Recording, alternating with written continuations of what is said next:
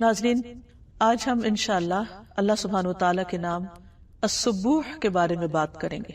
السبوح نہایت پاکیزہ، ہر عیب سے پاک، ہر نقص سے پاک، جو اپنی ذات میں، اپنی صفات میں، اپنے افعال میں، ہر چیز میں، ہر کمی، ہر کوتاہی، ہر نقص اور ہر عیب سے مکمل طور پر پاک ہے۔ وہ جس کی تسبیح زمین و آسمان کی ہر چیز کر رہی ہے۔ سبوح کا لفظ مبالغے کا صیغہ ہے، یعنی وہ جو نہایت پاکیزہ ہے، جس کی بہت کثرت کے ساتھ تسبیح بیان کی جاتی ہے۔ جب ایک بندہ سبحان اللہ کہتا ہے تو وہ اللہ سبحانہ تعالیٰ کی پاکی بیان کرتا ہے۔ کس چیز سے پاکی بیان کرتا ہے؟ کہ اللہ سبحانہ تعالیٰ کی جتنی بھی صفات ہیں ان میں کسی بھی قسم کی کوئی کمی اور کوئی نقص نہیں، اور اس کے اندر کوئی ایسی صفت بھی نہیں جو کمی کوتاہی پر مبنی ہو یا جس میں کوئی نقص ہو۔ مثلا اللہ سبحانہ وتعالی اس پر نیند نہیں آتی اور نہ ہی اونگ آتی ہے، لا تأخذہ سنۃ ولا نوم۔ پھر اسی طرح قرآن مجید میں آتا ہے وتوکل علی الحی الذی لا یموت، اور توکل کرو، بھروسہ کرو اس زندہ ہستی پر جو کبھی نہیں مرے گی، یعنی اللہ سبحانہ وتعالی کے لیے موت ہے ہی نہیں۔ کل من علیہا فان، ہر چیز فنا ہونے والی ہے۔ ویبقى وجہ ربک ذو الجلال والاکرام، اور باقی رہے گا تیرے رب کا چہرہ جو جلال و اکرام والا ہے۔ اسی طرح اس کے کمال میں بھی کوئی نقص نہیں۔ اللہ سبحانہ وتعالی نے جو بھی چیزیں پیدا کی وہ مکمل طور پر پیدا کی، اور ان کو پیدا کرنے کے بعد وہ تھکا نہیں۔ قرآن مجید میں آتا ہے وَلَقَدْ خَلَقْنَا السَّمَاوَاتِ وَالْأَرْضَ وَمَا بَيْنَهُمَا فِي سِتَّةِ أَيَّامٍ وَمَا مَسَّنَا مِن لُغُوبٍ، اور بلا شبہ یقیناً ہم نے آسمانوں اور زمین کو اور جو کچھ ان کے درمیان میں ہے 6 دنوں میں پیدا کیا، اور ہمیں کسی قسم کی کوئی تھکاوٹ لاحق نہیں ہوئی، یعنی اللہ سبحانہ وتعالیٰ کے اندر کسی قسم کی کوئی کمزوری نہیں، تھکاوٹ نے چھوا تک نہیں اس کو۔ پھر اسی طرح وہ پاک ہے مخلوق کی مشابہت سے، کیونکہ وہ الہ ہے، معبود ہے، رب ہے، مقدس ہے، منزہ ہے، اور اس کے کمال میں کسی قسم کی کوئی کمی نہیں، اس لیے وہ کسی بھی طرح مخلوق کی طرح نہیں۔ لیس کمثلہ شیء وہو السمیع البصیر، کوئی چیز اس کی طرح نہیں اور وہ سننے والا، دیکھنے والا ہے۔ کیونکہ اگر کوئی چیز کسی بھی طرح سے اس جیسی ہو تو پھر وہ اس کی ذات میں یا صفات میں شریک ہو جاتی ہے۔ اس لیے اللہ سبحانہ تعالیٰ کے سوا کوئی بھی جو ہے، خواہ وہ کوئی انسان ہے، خواہ وہ فرشتہ ہے، خواہ وہ دیگر مخلوقات ہیں، ان سب کے اندر کوئی نہ کوئی کمی پائی جاتی۔ اور سب سے بڑی بات تو یہ کہ ان میں سے کوئی بھی ازل سے ابد تک نہیں، ہر ایک پر فنا ہے۔ اس لیے اللہ سبحانہ تعالیٰ اپنے ناموں میں، اپنی صفات میں، اپنی ذات میں، اپنے کمالات میں ہر طرح کے عیب اور نقص اور کمی سے مکمل طور پر پاک ہے۔ رسول اللہ صلی اللہ علیہ وسلم اللہ تعالیٰ کا یہ نام اپنے رکوع اور سجود میں لیا کرتے تھے۔ آپ کی تسبیحات میں یہ تسبیح شامل تھی جسے صحیح مسلم نے ذکر کیا ہے سبوح قدوس رب الملائکۃ والروح۔ سبوح، قدوس، بہت پاکیزہ، نہایت پاکیزہ، ہر عیب سے پاک، جو رب ہے تمام ملائکہ کا اور روح کا، جبریل امین کا۔ پھر یہ ہے کہ اللہ سبحانہ تعالیٰ کا یہ ذاتی اور صفاتی نام ہے، یعنی سبوح، جو اس کی ذات پر بھی دلالت کرتا ہے اور اس کی صفات پر بھی۔ اللہ سبحانہ تعالیٰ فرماتے ہیں فَسُبْحَانَ الَّذِي بِيَدِهِ مَلَكُوتُ كُلِّ شَيْءٍ وَإِلَيْهِ تُرْجَعُونَ، سو پاک ہے وہ کہ اسی کے ہاتھ میں ہے ہر چیز کی مکمل بادشاہت اور اسی کی طرف تم لوٹائے جاؤ گے۔ ایک اور جگہ پر فرمایا فَسُبْحَانَ اللَّهِ حِينَ تُمْسُونَ وَحِينَ تُصْبِحُونَ، پس اللہ کی تسبیح ہے جب تم شام کرو اور جب تم صبح کرتے ہو۔ پھر اللہ سبحانہ تعالیٰ بندوں کے لیے بیان کیے گئے اوصاف سے بھی پاک ہے، یعنی اللہ تعالیٰ نے اپنے آپ کو منزہ اور پاک بیان کیا ہے ان صفات سے جو بندے اس کے لیے بیان کرتے ہیں۔ اللہ تعالیٰ فرماتے ہیں سبحان ربک رب العزت عما یصفون وسلام علی المرسلین، پاک ہے تیرا رب، عزت کا رب، ان باتوں سے جو وہ بیان کرتے ہیں۔ یعنی بعض اوقات بندے جب اللہ سبحانہ تعالیٰ کے بارے میں بات کرتے ہیں یا اس کے بارے میں گمان رکھتے ہیں جو اس کی ذات کو زیبا نہیں، تو اللہ سبحانہ وتعالیٰ اس سے بھی ابو ہے، مبرہ ہے، پاک ہے، یعنی بندے اپنی عقل کی کوتاہی کی وجہ سے، کم ناسمجھی کی وجہ سے، کم فہمی کی وجہ سے بعض اوقات اللہ سبحانہ و تعالیٰ کا مقام پہچانتے نہیں، اس لیے اس کے بارے میں اظہار خیال کرتے وقت بھی احتیاط نہیں برتتے. بعض اوقات دوسروں کو اس جیسا بتانے لگتے ہیں، بعض اوقات دوسروں کو اس سے آگے رکھ لیتے ہیں، بعض اوقات اسے کسی چیز سے تشبیہ دینے لگتے ہیں. تو اللہ سبحانہ وتعالیٰ ان تمام چیزوں سے پاک ہے، اور بندوں کی باتوں اور بندوں کے وہ وصف جو کوتاہی پر مبنی ہے ان سب سے بھی پاک ہے، یعنی اس کی ذات کو کوئی بھی چیز نقصان نہیں دیتی. اور سلامتی ہو انبیاء پر، رسولوں پر.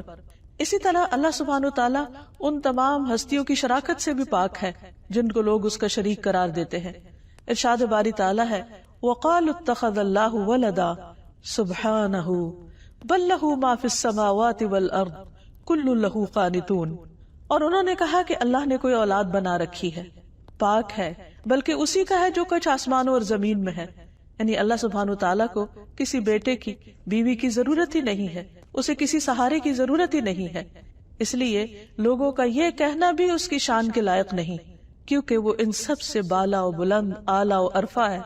اور اسے کسی کی ضرورت بھی کیوں ہو، اس لیے کہ زمین و آسمان میں جو کچھ ہے سب اسی کا ہے، اور سب اس کے آگے جھکا ہوا ہے، اس کا فرما بردار ہے.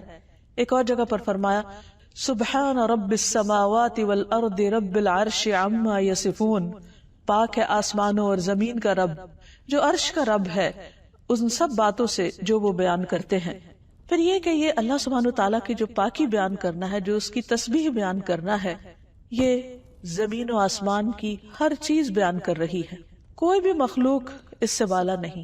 یعنی اللہ سبحانہ تعالیٰ کے لیے ایسی پاکیزگی ہے، ایسی بڑائی ہے، ایسی بلندی ہے کہ جس کا اقرار کائنات کی ہر چیز کرتی ہے. قرآن مجید میں آتا ہے تسبح لہ السماوات السبع، ساتوں آسمان اس کی تسبیح بیان کر رہے ہیں. یعنی سوچئے ذرا، تصور میں لائیے کہ سارے آسمان اور ان کی وسعتیں اور جو کچھ ان کے اندر ہے وہ سارے اس بات کا اقرار کرتے، اظہار کرتے ہیں کہ اللہ تو پاک ہے، ہر شرک سے پاک ہے، ہر شریک سے پاک ہے، اور ہر عیب اور نقص سے پاک ہے. عام طور پر آپ دیکھیے کہ دنیا میں اگر کسی کو کوئی اقتدار یا طاقت ملتی ہے یا کوئی نعمت ملتی ہے تو بعض اوقات وہیں پر کرپشن بھی زیادہ آ جاتی ہے. لیکن اللہ سبحانہ وتعالیٰ جو بادشاہ کل ہے، مختار کل ہے، اس کے باوجود وہ ہر عیب اور نقص سے پاک ہے، ہر ظلم سے اور ہر ایسی چیز سے کہ جو اس کی شان کے خلاف ہے. تو اسی لیے سب سے پہلے بڑی چیزوں کا ذکر کیا گیا کہ ساتوں آسمان اس کی تسبیح میں لگے ہوئے ہیں. والارض، اور زمین بھی اس کی تسبیح کر رہی. کبھی ہم نے سوچا کہ جس زمین پر ہم چلتے ہیں، اٹھتے ہیں، بیٹھتے ہیں، اپنے کام کاج کرتے ہیں، اس میں فصلیں اگاتے ہیں، اس پہ عمارتیں بناتے ہیں، یہ زمین اللہ کی پاکی بیان کرتی ہے. وَمَن فِيهِنَّ، اور جو ان کے اندر ہے، یعنی زمین کے اندر کی مخلوق یا آسمانوں کے اندر کی، وہ سب بھی اللہ کی تسبیح بیان کرتی. اور پھر فرمایا وَإِن مِّن شَيْءٍ إِلَّا يُسَبِّحُ بِحَمْدِهِ وَلَكِن لَّا تَفْقَهُونَ تَسْبِيحَهُمْ. اور کوئی چیز ایسی نہیں جو اس کی تسبیح بیان نہ کر رہی ہو، لیکن تم ان کی تسبیح کو نہیں سمجھتے. یعنی ہر چیز اپنے اپنے انداز میں اللہ سبحانہ وتعالیٰ کی پاکی بیان کر رہی ہے، لیکن یہ انسان کی کم علمی ہے کہ وہ ان چیزوں کی تسبیح کو نہیں سمجھتا اور خود تسبیح کرنے سے غافل رہتا ہے. انہ کان حلیما غفورا، بے شک وہ بردبار ہے، بہت بخشش فرمانے والا ہے. کہ اگر کوئی اس کی تسبیح، جس کو اللہ نے اختیار دیا یا جس کے پاس کچھ آزادی ہے، یعنی ہم جیسے انسان، اگر وہ بیان نہیں کرتے بلکہ اس کے برعکس اللہ سبحانہ وتعالیٰ کی شان میں کمی کی باتیں کرتے ہیں، تو اللہ سبحانہ وتعالیٰ کو اس سے کوئی نقصان نہیں، اور وہ بندوں کی ان گستاخیوں کو معاف بھی کرتا چلا جاتا ہے. وہ بہت زیادہ بخشش فرمانے والا ہے. ایک اور جگہ پر فرمایا سورۃ النور میں الم ترا، کیا تم نے دیکھا نہیں، غور نہیں کیا، سوچا نہیں، ان اللہ، کہ اللہ سبحانہ وتعالیٰ یسبح لہ من فی السماوات والارض، زمین و آسمان کی ہر چیز اس کی تسبیح کر رہی ہے. والطیر صافات، اور پرندے بھی صفے باندھے ہوئے. یہ پرندے جو فضاؤں میں اڑ رہے ہیں یہ بھی اللہ کی تسبیح بیان کرتے ہیں، اللہ کا ذکر کرتے ہیں. کل قد علم صلاتہ و تسبیحہ، ہر ایک اپنی نماز اور تسبیح کا طریقہ جانتا ہے. سوچئے یہ پرندے جو فضاؤں میں اڑ رہے ہیں، جن کی طرف ہم نظر ڈالتے ہیں اور پھر اس کے بعد اپنے کاموں میں لگ جاتے ہیں، اور ان کی طرح طرح کی بولیاں اور چہچہاٹیں جو ہمیں مسرور کرتی ہیں، جن سے ہم خوش ہوتے ہیں، یہ دراصل اللہ کی تسبیح کر رہے ہوتے ہیں، اللہ کا ذکر کر رہے ہوتے ہیں. اور اللہ تعالیٰ فرماتے ہیں کل قد علم صلاتہ و تسبیحہ، ان سب کو اپنی صلاۃ اور تسبیح کا طریقہ بھی معلوم ہے. لیکن انسانوں میں کتنے ہی ایسے ہیں جنہیں نہ صلاۃ کا طریقہ معلوم ہے اور نہ تسبیح کا. وہ گھنٹوں فارغ زبان سے کچھ بھی نہیں کرتے، اور اگر بات کرتے ہیں تو بعض اوقات اللہ کی ناراضگی کی، اور اگر خاموش رہتے ہیں تو اللہ کا ذکر نہیں کرتے. اس کے برعکس باقی ساری کائنات اس کی وفادار، اس کی تابعدار، اس کی اطاعت گزار اور اس کے ذکر میں مشغول ہے. واللہ علیم بما یفعلون، اور اللہ کو سب پتا ہے، خوب علم ہے جو کچھ بھی وہ کر رہے ہیں. اور حقیقت یہ ہے کہ ایک حدیث کے مطابق یہ تسبیح اس مخلوق کا رزق بھی ہے.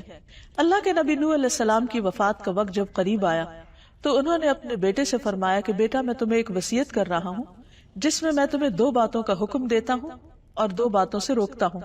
حکم اس بات کا دیتا ہوں کہ لا الہ الا اللہ کا اقرار کرتے رہنا، کیونکہ اگر 7 آسمان اور 7 زمینیں ترازو کے ایک پلڑے میں رکھ دی جائیں اور دوسرے پلڑے میں لا الہ الا اللہ رکھ دیا جائے تو لا الہ الا اللہ کا پلڑا جھک جائے. یعنی یہ اتنا وزنی کلام ہے، اس لیے کثرت سے اس کا ذکر کرتے رہنا. اور دوسرے سبحان اللہ و بحمدہ کا ذکر کرتے رہنا. یہ ہر چیز کی نماز ہے، اس کے ذریعے مخلوق کو رزق ملتا ہے. اور میں تمہیں 2 چیزوں سے منع کرتا ہوں، اور وہ ہے شرک اور تکبر. تو گویا کرنے کے جو دونوں کام انہوں نے بتائے وہ دونوں ہی ذکر پر مبنی ہیں، اور ان میں سے خاص طور پر سبحان اللہ و بحمدہ کو مخلوق کا رزق اور اس کی نماز بتایا. سوچئے کہ ساری مخلوق اللہ کی عبادت گزار ہے. جب بندے اللہ کی عبادت نہیں کرتے تو اللہ سبحانہ و تعالیٰ کو بندوں کے پھر کیا پرواہ. جب ہر چیز اس کی وفادار ہے اور ہم بے وفائی کریں تو یہ سب کچھ ہمارا وفادار کیسے ہو سکتا ہے؟ یہ سب کچھ ہمارے حق میں پھر کہاں سے گواہی دے سکتا ہے؟ اس لیے ہمارے لیے بھی عزت کا مقام اسی میں ہے کہ ہم سب سے بڑھ کر اللہ کی یاد میں زندگی بسر کرنے والے ہوں. انسان جب اس تسبیح کے ذریعے اللہ سبحانہ وتعالیٰ کو پکارتا ہے تو اللہ تعالیٰ اس کی مشکلات بھی آسان کرتے ہیں. جیسا کہ ہم دیکھتے ہیں کہ یونس علیہ السلام جب انہوں نے اس تسبیح کے ساتھ اللہ تعالیٰ کو پکارا تو اللہ تعالیٰ نے انہیں مچھلی کے پیٹ سے آزاد کیا. ارشاد باری تعالیٰ ہے کہ وَظَنُّونِ إِذْ ذَهَبَ مُغَاضِبًا فَظَنَّ أَن لَّن نَّقْدِرَ عَلَيْهِ فَنَادَىٰ فِي الظُّلُمَاتِ أَن لَّا إِلَٰهَ إِلَّا أَنتَ سُبْحَانَكَ إِنِّي كُنتُ مِنَ الظَّالِمِينَ فَاسْتَجَبْنَا لَهُ وَنَجَّيْنَاهُ مِنَ الْغَمِّ وَكَذَٰلِكَ نُنجِي الْمُؤْمِنِينَ. اور مچھلی والے یونس کو بھی علیہ السلام ہم نے اپنی رحمت میں داخل کیا جب وہ غصے سے بھرے ہوئے بستی چھوڑ کر چلے گئے. انہیں یہ گمان تھا کہ ہم ان پر گرفت نہ کر سکیں گے. پھر انہوں نے اندھیروں میں پکارا لا الہ الا انت سبحانک انی کنت من الظالمین. تیرے سوا کوئی الہ نہیں، تو پاک ہے، میں ظالموں میں سے تھا. تو ہم نے اس کی دعا کو قبول کر لیا اور انہیں اس غم سے نجات دی، اور ہم اسی طرح ایمان رکھنے والوں کو نجات دیتے ہیں. نبی صلی اللہ علیہ وسلم نے فرمایا لم يدع فيها رجل مسلم في شيء قط الا استجاب اللہ له، کہ کسی بندے نے کبھی اس دعا کے ساتھ اللہ کو نہیں پکارا مگر یہ کہ اللہ سبحانہ وتعالیٰ نے اس کی دعا کو قبول کر لیا، یعنی اس کو اس کے غم سے نجات دی. تو اس میں بھی ایک طرف اللہ سبحانہ وتعالیٰ کی وحدانیت کا ذکر ہے اور دوسری طرف اللہ سبحانہ وتعالیٰ کی پاکی بیان کی گئی ہے. جب انسان اپنے گناہوں کا اعتراف کرتا ہے اور اپنی غلطی کو مان لیتا ہے تو اس کی یہ ادا اللہ سبحانہ وتعالیٰ کو بہت پسند آتی ہے. حقیقت یہ ہے کہ یہ جملہ سب سے مشکل جملہ ہے جو کوئی انسان بولے کہ I was wrong، میں غلطی پر تھا، میرا قصور ہے، میری غلطی ہے. کیونکہ اس اعتراف میں انسان کی انا اڑے آتی ہے، اور شیطان انسان کو کبھی بھی اپنی غلطی کا اعتراف کرنے نہیں دیتا، کیونکہ اس نے اپنی غلطی کا اعتراف نہیں کیا اور اس پر وہ اڑ گیا. تو بندہ غلطی کرنے کے بعد جب اعتراف کرتا ہے اور اللہ کی حضور توبہ کرتا ہے تو اللہ سبحانہ وتعالیٰ اس کی مشکلات آسان فرماتے ہیں.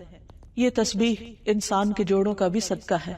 ہر روز جب انسان صبح کرتا ہے تو اس کے 360 جوڑوں پر حدیث کے مطابق صدقہ واجب ہو جاتا ہے. تو آپ صلی اللہ علیہ وسلم نے فرمایا کل تسبیحۃ صدقہ، ہر دفعہ تسبیح کرنا، سبحان اللہ کہنا، اپنے ہی جسم کا صدقہ ادا کرنا ہے. پھر اسی طرح نماز میں بھی اس وصف سے اللہ سبحانہ وتعالیٰ کو پکارا جاتا ہے. نماز کے آغاز میں اللہ اکبر کہنے کے بعد جب ہاتھ باندھتے ہیں تو سب سے پہلے پڑھتے ہیں سبحانک اللہم و بحمدک، کہ اے اللہ تو پاک ہے اپنی تعریف کے ساتھ۔ اسی طرح نبی صلی اللہ علیہ وسلم رکوع اور سجدے میں کچھ دعائیں مانگا کرتے تھے، جس میں ایک ہے سبحانک اللہم ربنا و بحمدک اللہم اغفر لی، پاک ہے تو اے اللہ اپنی تعریف کے ساتھ، اے اللہ تو مجھے بخش دے۔ اسی طرح سوتے وقت کی دعاؤں میں بھی اللہ سبحانہ وتعالیٰ کی تسبیح ہے۔ اب جب اللہ سبحانہ وتعالیٰ کی تسبیح ساری مخلوق کر رہی ہے تو ہمارے لیے کیا لازم ہے، ہمیں کیا کرنا چاہیے؟ ہمیں بھی اللہ سبحانہ وتعالیٰ کی تسبیح کرنی چاہیے، اور تسبیح صرف زبانی نہیں، صرف ورد کے طور پر نہیں، صرف زبان کی ایکسرسائز نہیں، بلکہ اس کا معنی سمجھتے ہوئے، دل میں یہ یقین رکھتے ہوئے کہ اللہ سبحانہ وتعالیٰ ہر عیب سے پاک ہے، ہر غلط فیصلے سے پاک ہے۔ اب دیکھیں کہ عموماً ہمارا طرز عمل کیا ہوتا ہے۔ مثلاً اگر کوئی فوت ہو جاتا ہے تو ہم عام طور پر اللہ سبحانہ وتعالیٰ کے اس فیصلے کو قبول نہیں کرتے۔ کبھی ہم کہتے ہیں اس کے تو ابھی بچے بہت چھوٹے تھے، ابھی اس کو نہیں جانا چاہیے تھا۔ اگر اپنے پر کوئی مشکل آ جائے تو ہم سوچتے ہیں کہ وائی می، میرے ساتھ اللہ نے ایسا کیوں کر دیا، میرے ساتھ اچھا نہیں ہوا، اٹس ناٹ فیئر۔ ایسے بہت سے جملے ہیں جو ہم عام طور پر بغیر سوچے سمجھے بولتے چلے جاتے، لیکن یہ کبھی نہیں سوچتے کہ یہ دراصل ہم اللہ سبحانہ وتعالیٰ کی ذات کی تسبیح کے منافی کر رہے ہیں۔ اگر ہم یہ کہتے ہوں، اللہ تعالیٰ کو سبوح مانتے ہوں، ہر عیب سے پاک مانتے ہوں، تو اس کے فیصلوں کو بھی درست سمجھیں، کیونکہ اللہ سبحانہ وتعالیٰ اپنے بندوں کے لیے ہم سے زیادہ مہربان ہے۔ اس کو معلوم ہے کہ کس کو کب جانا چاہیے، اسے کب کس کو فوت کرنا ہے، کس شخص کو کتنا عرصہ دنیا میں رہنا چاہیے۔ اس کا ہر فیصلہ عدل پر مبنی ہے، اس کی ہر بات ہمارے بھلے میں ہے، لیکن ہمیں اس کا یقین نہیں۔ اسی لیے بعض اوقات ایک طرف ہم تسبیح بھی پڑھ رہے ہوتے ہیں، سبحان اللہ بھی کہہ رہے ہوتے ہیں، لیکن بے سوچے سمجھے، بے روح، اس کا مطلب جانے بغیر۔ اسی طرح بعض اوقات چھوٹی چھوٹی باتوں پر ہم شکوے شکایات کر رہے ہوتے ہیں، کمپلین کر رہے ہوتے ہیں۔ کبھی کہتے ہیں کہ یا اللہ اتنی گرمی کیوں، سردی آ جائے تو کہتے ہیں اتنی سردی کیوں، یہ کیوں بنایا، ایسا کیوں ہو گیا، ویسا کیوں ہو گیا، یہ نہیں ہونا چاہیے تھا۔ یعنی بہت سے لوگ ہر وقت اپنے ماحول سے شاکی رہتے ہیں، کبھی انہیں انسانوں سے شکوہ شکایت ہوتی ہے، کبھی انہیں اپنے ماحول سے ہوتی، کبھی ان کو اپنے آپ سے ہوتی، اور اس طرح وہ مسلسل ایک کرب میں رہتے، ایک تکلیف میں رہتے۔ ایسے حالات میں اگر انسان اللہ کی تسبیح کرنا شروع کر دے کہ اللہ تو پاک ہے، تو نے جو بھی کیا اچھا ہے، اور جو فیصلہ تو نے میرے بارے میں کیا اس میں ضرور کوئی بھلائی ہے، میں اپنی لا علمی کی وجہ سے، کم علمی کی وجہ سے، کم عقلی کی وجہ سے اس کو سمجھ نہیں پا رہا، لیکن تیرا فیصلہ ہر حال میں درست ہے۔ سبحان اللہ، سبحان اللہ، اللہ تو پاک ہے، اللہ تیرے فیصلے بے عیب ہیں، نقص اور کمی سے پاک ہیں، تیری رضا پر میں راضی ہوں۔ تو جب انسان سوچ سمجھ کر تسبیح ادا کرے گا تو اس کے دل سے وہ غم اور دکھ اور تکلیف اور پریشانی ختم ہونے لگے گی۔ ہم دیکھتے ہیں کہ ایک موقع پر حضرت فاطمہ رضی اللہ تعالیٰ عنہا کو جب یہ پتا چلا کہ نبی صلی اللہ علیہ وسلم کے پاس کچھ غلام آئے ہیں، وہ چونکہ گھر کے کام کاج کر کے تھک جاتی تھی، تو انہوں نے بھی اپنے ابا جان سے یہ مطالبہ کیا کہ مجھے بھی کوئی غلام دے دیا جائے۔ نبی صلی اللہ علیہ وسلم اس وقت گھر میں تشریف فرما نہیں تھے، آپ کا پیغام ان کو پہنچا دیا گیا۔ جب آپ واپس تشریف لائے تو پتا چلا کہ حضرت فاطمہ نے غلام کا مطالبہ کیا۔ آپ صلی اللہ علیہ وسلم حضرت فاطمہ اور حضرت علی رضی اللہ تعالیٰ عنہما کے پاس خود تشریف لائے۔ اس حال میں کو دونوں لیٹ چکے تھے، آپ ان دونوں کے بیچ میں بیٹھ گئے اور ان سے بات چیت کرنے لگے اور فرمایا، کیا فاطمہ، کیا میں تجھے غلام سے بہتر چیز نہ عطا کروں؟ جب تم اپنے بستر پر آؤ تو 33 بار سبحان اللہ پڑھ لیا کرو، 33 بار الحمدللہ اور 34 بار اللہ اکبر پڑھ لیا کرو، اور یہ تسبیحات اس سے بہتر ہے کہ تمہیں غلام دیا جائے، یہ تمہاری ساری تھکاوٹ دور کر دیں گی۔ اور ایک حقیقت ہے کہ جب بھی انسان کسی رنج اور غم اور کرب میں ان تسبیحات فاطمہ کا ذکر کرتا ہے، ورد کرتا ہے، تو اللہ سبحانہ وتعالیٰ اس کے دکھ درد اور تکلیف کو دور فرماتے ہیں۔ پھر اسی طرح یہ ہے کہ اللہ سبحانہ وتعالیٰ نے ہمیں ویسے بھی کثرت کے ساتھ ذکر کا حکم دیا ہے۔ ارشاد باری تعالیٰ ہے، یا ایھا الذین آمنوا اذکروا اللہ ذکرا کثیرا، اے لوگو جو ایمان لائے ہو کثرت کے ساتھ اللہ کا ذکر کرو، وسبحوہ بکرۃ واصیلا، اور اس کی تسبیح کرتے رہو صبح بھی اور شام بھی۔ یعنی تسبیح کے لیے اگرچہ کوئی خاص وقت مقرر نہیں، کسی بھی وقت انسان کر سکتا ہے۔ جب بھی اس کے دل پر کوئی پریشانی ہو، کوئی چیز بادر کر رہی ہے، کسی چیز سے فرسٹریشن ہو رہی ہو، کوئی غم ہو، کوئی خوف ہو، کوئی تھکاوٹ ہو، کوئی کام رکا ہوا ہو، ان تمام مواقع پر انسان تسبیح کر سکتا ہے، لیکن یہاں پر خصوصی طور پر صبح اور شام تسبیح کا حکم ہے۔ رسول اللہ صلی اللہ علیہ وسلم خود کثرت کے ساتھ یہ کلمات سبحان اللہ و بحمدہ استغفر اللہ و اتوب الیہ کثرت کے ساتھ پڑھا کرتے تھے، یعنی آپ خود بھی اللہ تعالیٰ کی پاکیزگی بیان کرتے رہتے۔ ایک مرتبہ آپ صبح گھر سے مسجد کی طرف تشریف لے گئے، اس حال میں کہ حضرت جویریہ اپنے مصلے پر بیٹھی ہوئی تھی اور وہ کچھ پڑھ رہی تھی۔ جب واپس تشریف لائے تو وہ اپنی جگہ پر ہی بیٹھی تھی۔ آپ نے فرمایا کیا تم اس وقت سے ذکر کر رہی ہو؟ میں جب سے تم سے جدا ہوا ہوں میں نے کچھ کلمات پڑھے ہیں جو اس سارے ذکر پر بھاری ہیں جو تم اب تک کرتی ہو اس سارے وقت میں۔ اور وہ کلمات کیا تھے؟ سبحان اللہ و بحمدہ عدد خلقہ ورضا نفسہ وزنۃ عرشہ ومداد کلماتہ۔ کس قدر یہ خوبصورت کلمات ہیں اور ان کا معنی کیا ہے؟ میں اللہ کی پاکی بیان کرتا ہوں اس کی مخلوق کی گنتی کے برابر۔ کتنی مخلوق ہے؟ کبھی ایک مٹھی ریت بھر کے دیکھیے اور کوشش کیجئے اسے گننے کی، آپ گن نہیں سکتے۔ اور صرف ہماری ایک مٹھی تو کیا، اگر ہم ہاتھ کو زمین پر رکھ کر جو ڈسٹ ہمارے ہاتھ کو لگے صرف ان ذرات کو بھی گننے کی کوشش کریں تو ہم نہیں گن سکتے۔ تو ان کو کبھی دیکھ کر سوچیں سبحان اللہ و بحمدہ عدد خلقہ، اس کی مخلوق کی تعداد کے برابر۔ وہ تعداد کتنی ہے؟ ان گنت، ہم نہیں گن سکتے، لیکن اللہ نے سب گن رکھا ہے کہ اس نے کتنی چیزیں پیدا کی ہیں۔ اور یہ تو صرف وہ چیزیں جو ہمارے سامنے ہیں۔ کبھی آپ گھاس پر چلیں تو اس کی ایک ایک پتی کو دیکھ کے سوچا کریں، اور پھر ان کے نیچے ان کی جڑوں کو امیجن کیا کریں کہ ساری اللہ کی مخلوق ہے، اتنا کچھ اللہ نے پیدا کیا۔ پھر درختوں کو جھنڈ دیکھیں، پھر پھول دیکھیں، پھر ستاروں سیاروں کو دیکھیں، کائنات میں بکھری ہوئی بے شمار چیزیں، کسی ایک بھی مخلوق کو دیکھیں تو اس کی تعداد ہم نہیں گن سکتے۔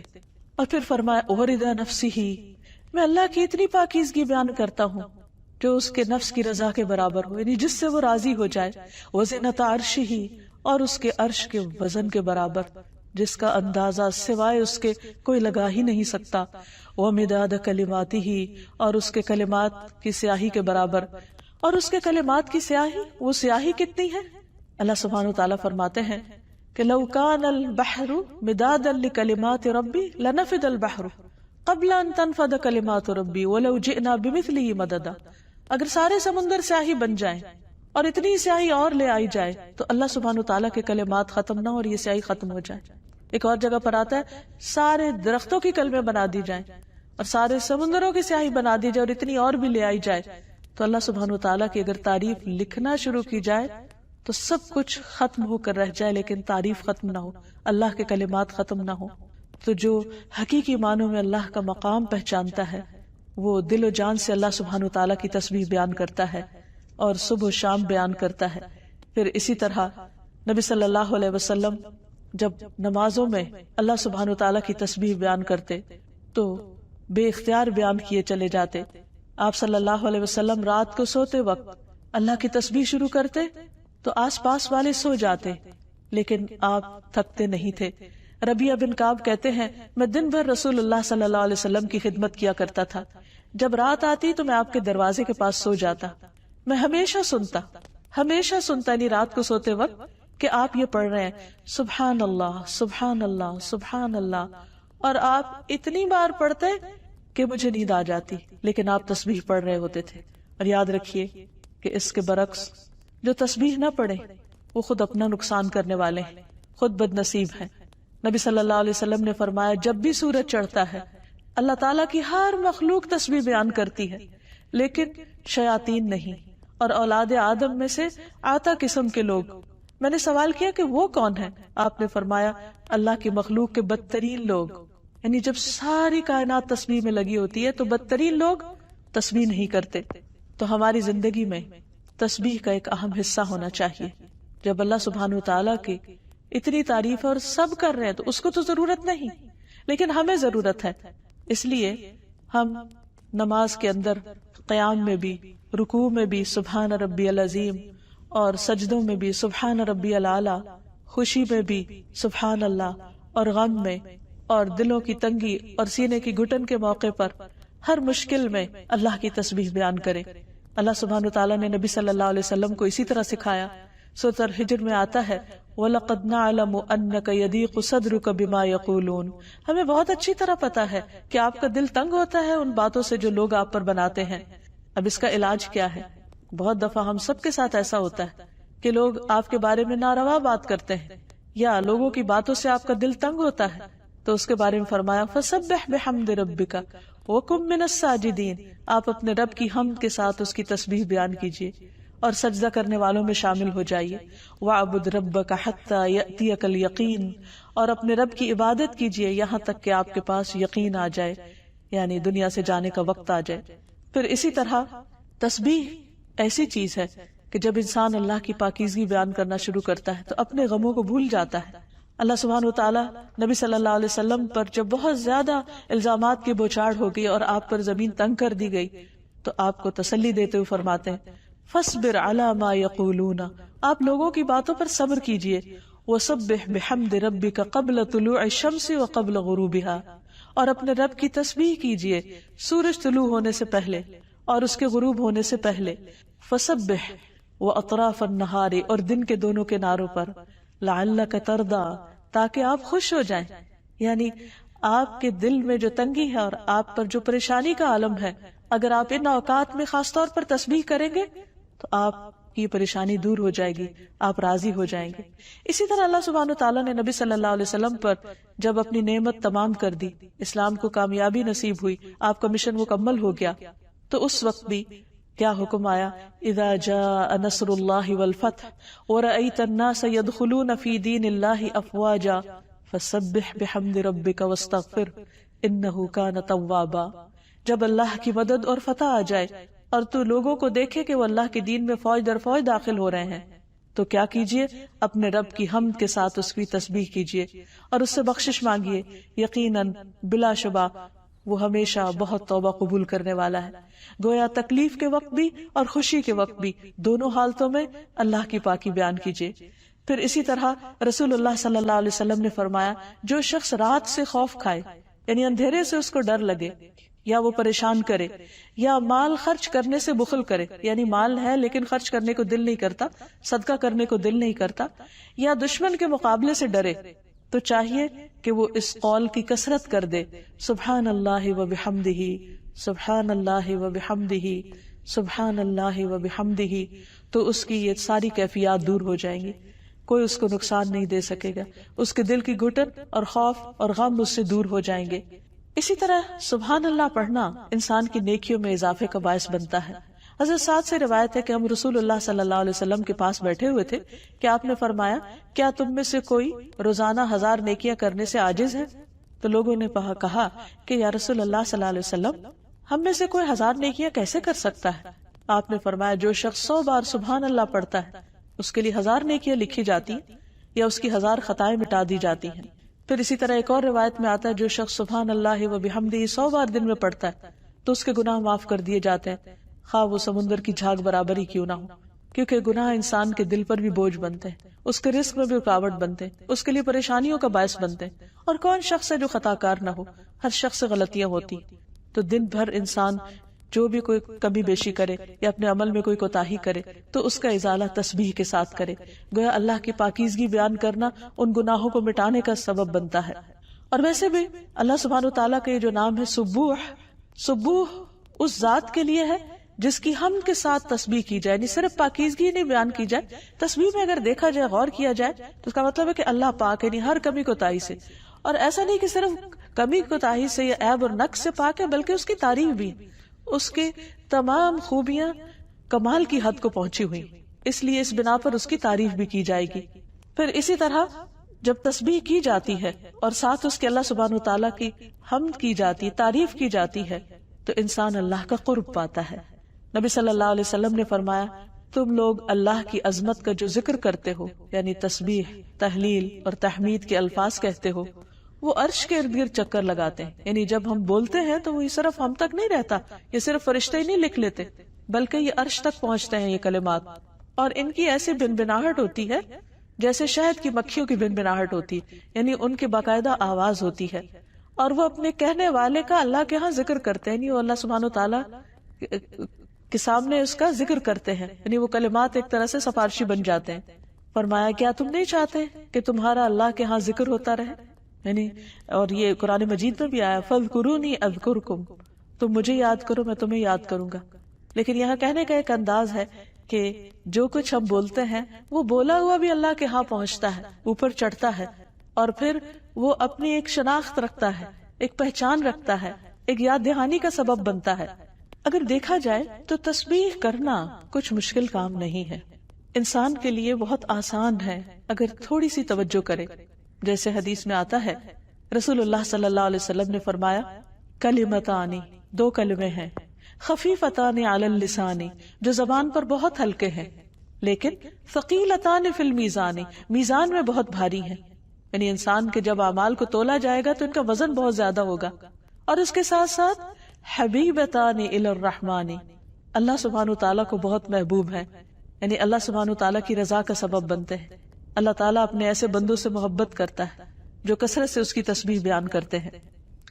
ابو سلمہ کہتے ہیں جو حضور صلی اللہ علیہ وسلم کے غلام تھے کہ رسول اللہ صلی اللہ علیہ وسلم نے فرمایا واہ واہ، اپنے ہاتھ سے 5 کا اشارہ کیا کہ میزان میں کتنے بھاری ہوں گے. سبحان اللہ والحمد للہ ولا الہ الا اللہ واللہ اکبر. اور 5ویں چیز کسی کا فوت ہونے والا نیک بیٹا کہ اس کا باپ اللہ تعالیٰ سے ثواب کی امید رکھ کر صبر کرے، تو یہ صبر کا اجر بھی میزان کے اندر بہت ہی بھاری ہوگا. اور یہ بیان کرتے ہوئے آپ نے ہاتھ اٹھایا اور واہ واہ کی کہ واقعی خوش ہو جاؤ کہ اللہ کے ہاں کتنا بڑا اجر ہے. پھر اسی طرح یہ کہ نہ صرف یہ کہ یہ میزان میں بھاری اور اجر اور ثواب کا باعث ہے بلکہ گناہوں کو جھاڑنے والے بھی ہیں. انس رضی اللہ تعالیٰ عنہ کہتے ہیں کہ رسول اللہ صلی اللہ علیہ وسلم ایک درخت کے پاس سے گزرے جس کے پتے سوکھ چکے تھے. آپ نے جب لاٹھی ماری تو پتے جھڑنے لگے. آپ نے فرمایا الحمدللہ وسبحان اللہ ولا الہ الا اللہ واللہ اکبر. اسی طرح گناہ جھڑتے ہیں جس طرح اس درخت کے پتے جھڑ رہے ہیں. یعنی ان تسبیحات کے پڑھنے سے، یعنی سبحان اللہ اور الحمدللہ پڑھنے سے انسانوں کے گناہ جھڑنے لگتے ہیں. پھر اسی طرح آپ صلی اللہ علیہ وسلم کے پاس ایک بدو آیا اور وہ کہنے لگا کہ آپ کو اللہ نے جو تعلیم دی ہے اس میں سے مجھے بھی کچھ سکھائیے. آپ نے فرمایا یوں کہا کرو سبحان اللہ والحمدللہ ولا الہ الا اللہ واللہ اکبر. یہ سیکھ کر وہ چلا گیا. تھوڑی دیر پھر واپس آ گیا، کہنے لگا یہ تو جو کچھ آپ نے سکھایا ہے یہ تو اللہ کے لیے ہے، میرے لیے کیا ہے؟ تو آپ صلی اللہ علیہ وسلم نے فرمایا اے اعرابی، جب تم سبحان اللہ کہو گے تو اللہ سبحانہ تعالیٰ فرمائے گا اس بندے نے سچ کہا. الحمدللہ کہو گے تو اللہ تعالیٰ فرمائے گا سچ کہا. لا الہ الا اللہ کہو گے تو اللہ تعالیٰ فرمائے گا سچ کہا. اللہ اکبر کہو گے تو اللہ تعالیٰ فرمائے گا سچ کہا. اور جب اس کے بعد تم کہو گے اللہم اغفر لی، اللہ مجھے معاف کر دے، تو اللہ تعالیٰ تمہیں معاف کر دے گا. جب کہو گے اللہم ارحمنی، اللہ مجھ پہ رحم فرما، تو اللہ تعالیٰ تم پہ رحم فرمائے گا. اور جب تم کہو گے اللہم ارزقنی، اللہ مجھے رزق دے، تو اللہ تعالیٰ تمہیں رزق عطا کرے گا. تو اس سے یہ پتہ چلتا ہے کہ اللہ سبحانہ تعالیٰ کی تسبیح اور حمد و ثنا کے بعد جو دعائیں کی جاتی ہیں وہ دعائیں بھی قبول ہوتی ہیں. پھر اسی طرح ایک اور جگہ سے یہ پتہ چلتا ہے کہ ہر تسبیح کے بدلے جنت میں ایک درخت بھی لگایا جاتا ہے، اور یہی تسبیحات اہل جنت کے سانس میں جاری ہو جائیں گی. نبی صلی اللہ علیہ وسلم نے فرمایا جنتیوں کو تسبیح اور تحمید اس طرح سکھائی جائے گی جس طرح تمہیں سانس لینا سکھایا جاتا ہے. تو خوش قسمت ہیں وہ لوگ جو دنیا میں اپنے کام کاج کرتے ہوئے کثرت کے ساتھ اللہ کی تسبیح بیان کریں، اللہ کی پاکیزگی بیان کریں اور آخرت میں اس کا قرب پائیں. اللہ تعالی ہمیں اس بات کی توفیق عطا فرمائے. وآخر دعوانا ان الحمد للہ رب العالمین.